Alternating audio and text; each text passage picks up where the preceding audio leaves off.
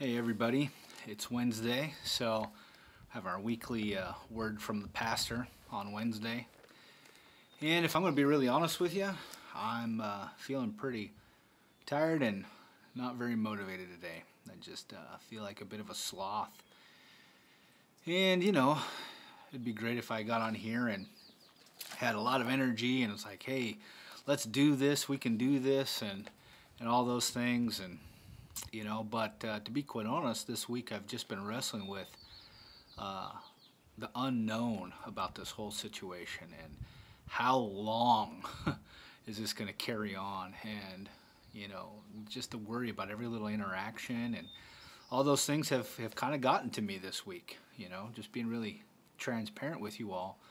And I know I'm not the only one that's wrestling with these things, and just the fear of, am I going to get sick? Kind of that self-focused situation, but also the fear of, am I going to get my loved ones sick? Some of you are in a higher risk category or are around folks who are, and or need to care for people who are. And so whether that be because of some medical history or age. And so there's just that anxiety, of course, as we carry on with this and all kinds of businesses are closed.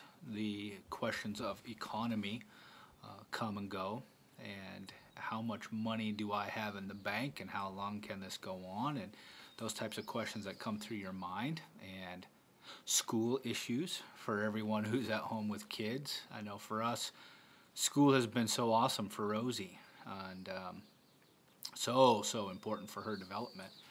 And she's doing some things that continue to surprise us even now. She's growing and learning, so we're grateful for that. But school is just so great for her. And then of course, being able to work and do the things you want to when your kids are normally in school. So there's just a lot of emotions, a lot of emotions with all of that. I read a really good article the other day that was written by a scholar named N.T. Wright, and he's a really smart Christian man, and he's written a lot of things and highly respected. And he kind of encouraged us a little bit to not feel like we need the answers to why this is happening, what is God up to, those sorts of things, but to kind of almost embrace a season of lament.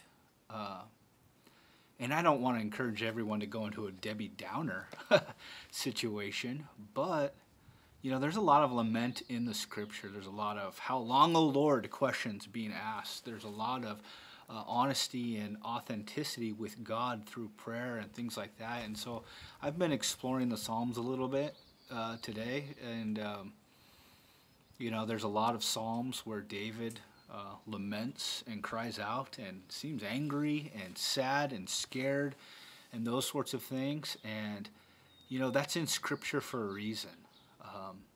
It's okay for us to have those feelings. We just need to be careful that those feelings don't drive us away from our faith. That even in the midst of those feelings, and this is what's so special about David, is in the midst of those feelings, he still holds on to his faith in God. So I want to encourage you with that. But I do have a psalm that I came across that's not a very long one, but it's a little more encouraging. It's not so heavy. It's not, "my enemies surround me, dash their children on the rock" style. So that might be a little much, I think. But it's Psalm 28, and it says this. I just want to read it for you today. "To you, O Lord, I call, my rock. Be not deaf to me, lest if you be silent to me. I become like those who go down to the pit. Hear the voice of my pleas for mercy, when I cry to you for help, when I lift my hands towards your most holy sanctuary.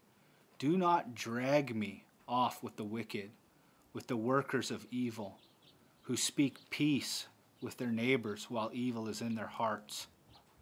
Give to them according to their work and according to the evil of their deeds. Give to them according to the work of their hands.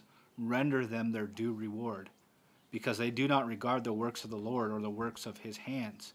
He will tear them down and build them up no more. Blessed be the Lord, for he has heard the voice of my pleas for mercy. The Lord is my strength and my shield.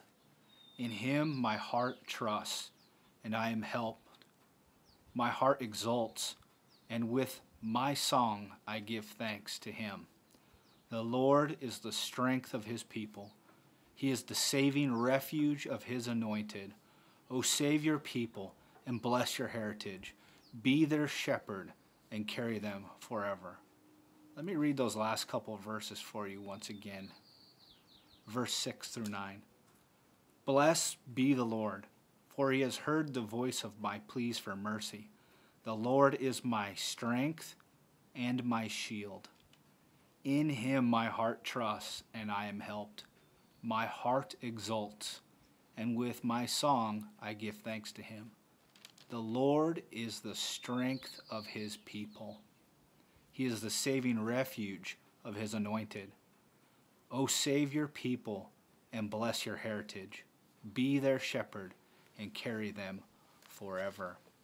You know, that psalm starts off and David is talking about, let the evil workers around me, let my enemies get their just reward for their evil deeds. And but he ends it with that the Lord is the strength of his people. Be my shepherd, Lord. You are my strength and my shield. Those types of acknowledgments. And I think even in the midst of our anxiety and our worry and our fear and whatever else we might be dealing with right now, there's grief going on in our lives. There's grief in our lives because we can't do some of the things we normally do. So there's a loss that we're experiencing.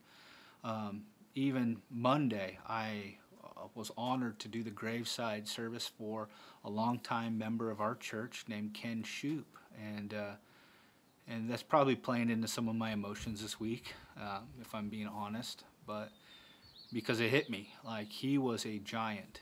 But one thing that stood out to me through that service was he was never anxious, and he was always adventurous. He trusted in the Lord with everything, and he would, at the drop of a hat, follow the Lord's calling.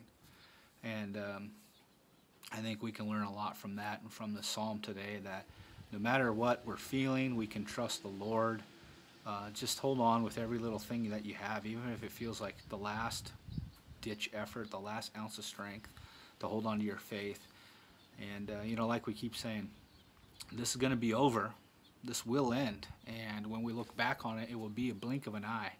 Trust me, I spent 8 weeks prior to this whole COVID-19 thing working on social distancing with my sabbatical, and that time went by real quick.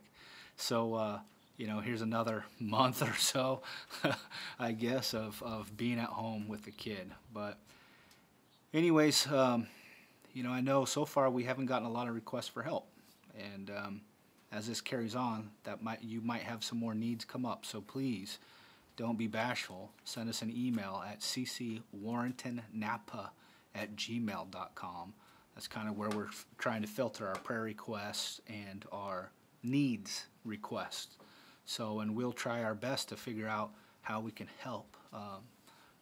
We've been lucky that our community hasn't been hit very hard by this, but there are some confirmed cases. So let's be praying about that tonight. It's Wednesday, so at 6 p.m. tonight, I want to encourage you to pray. Like everyone in the church, to take some time, whether it be 5 minutes or 15 minutes, to be in prayer every Wednesday at 6 p.m.